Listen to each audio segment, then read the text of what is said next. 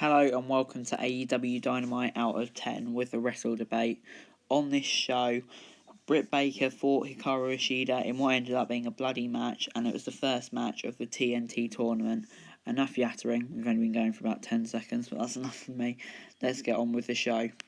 So the show opened with Jake the Snake Roberts cutting a promo who predicted Cody would lose his TNT Championship match to Shawn Spears in the quarterfinal of the tournament, of course, so he won't have to face Lance Archer. Not going to give it a grade, but it's always nice to see Jake the Snake on telly, so it's a good start to Dynamite.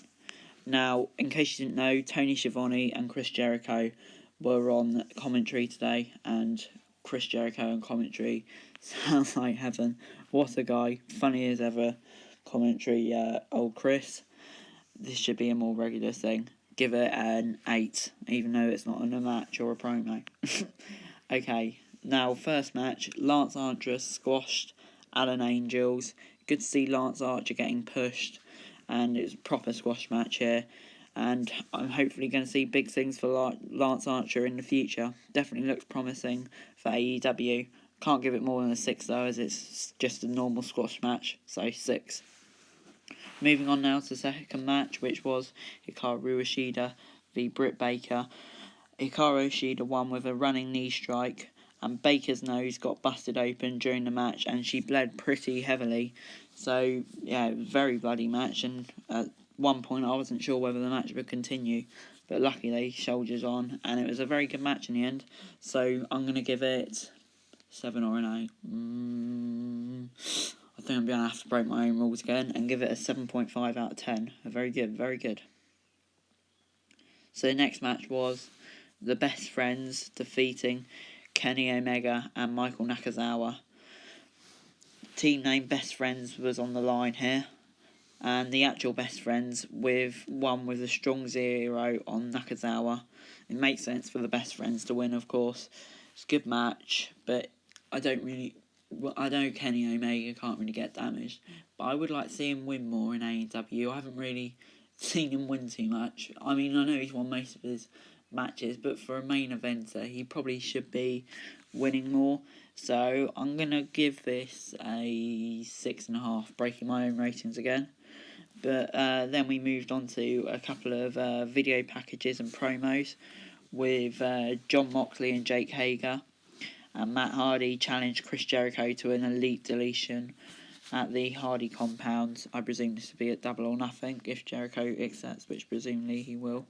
And please let that happen. Please let that happen. That would be incredible after the Boneyard match that we saw at WrestleMania over the weekend. I'll grade both of these together, and both of them were pretty decent overall, so I'll give them just above average, and I'll give it a 7. So the next match was Brodie Lee defeating Lee Johnson, who is a little bit taller than the last time I saw him. He must have grown a bit while he's been self-isolating at home. Football fans will know, little short ass Bristol City manager Lee Johnson.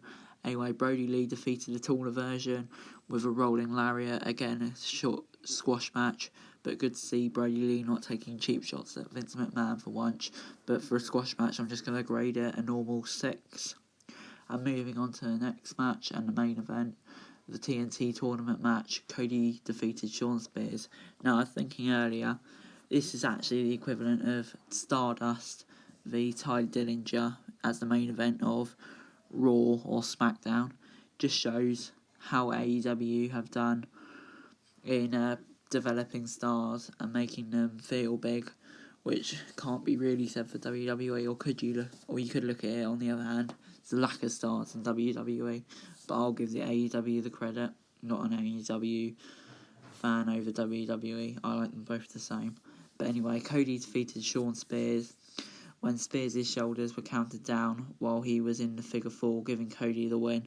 So you could say Cody got lucky, but he advanced anyway. And I think Cody's probably one of the favourites to win the TNT tournament. Pretty decent match overall, and I've decided I'm going to allow 0.5 now, so I'm going to give it a 7.5 out of 10, which is what the overall AEW is going to get. Nothing really too bad on AEW.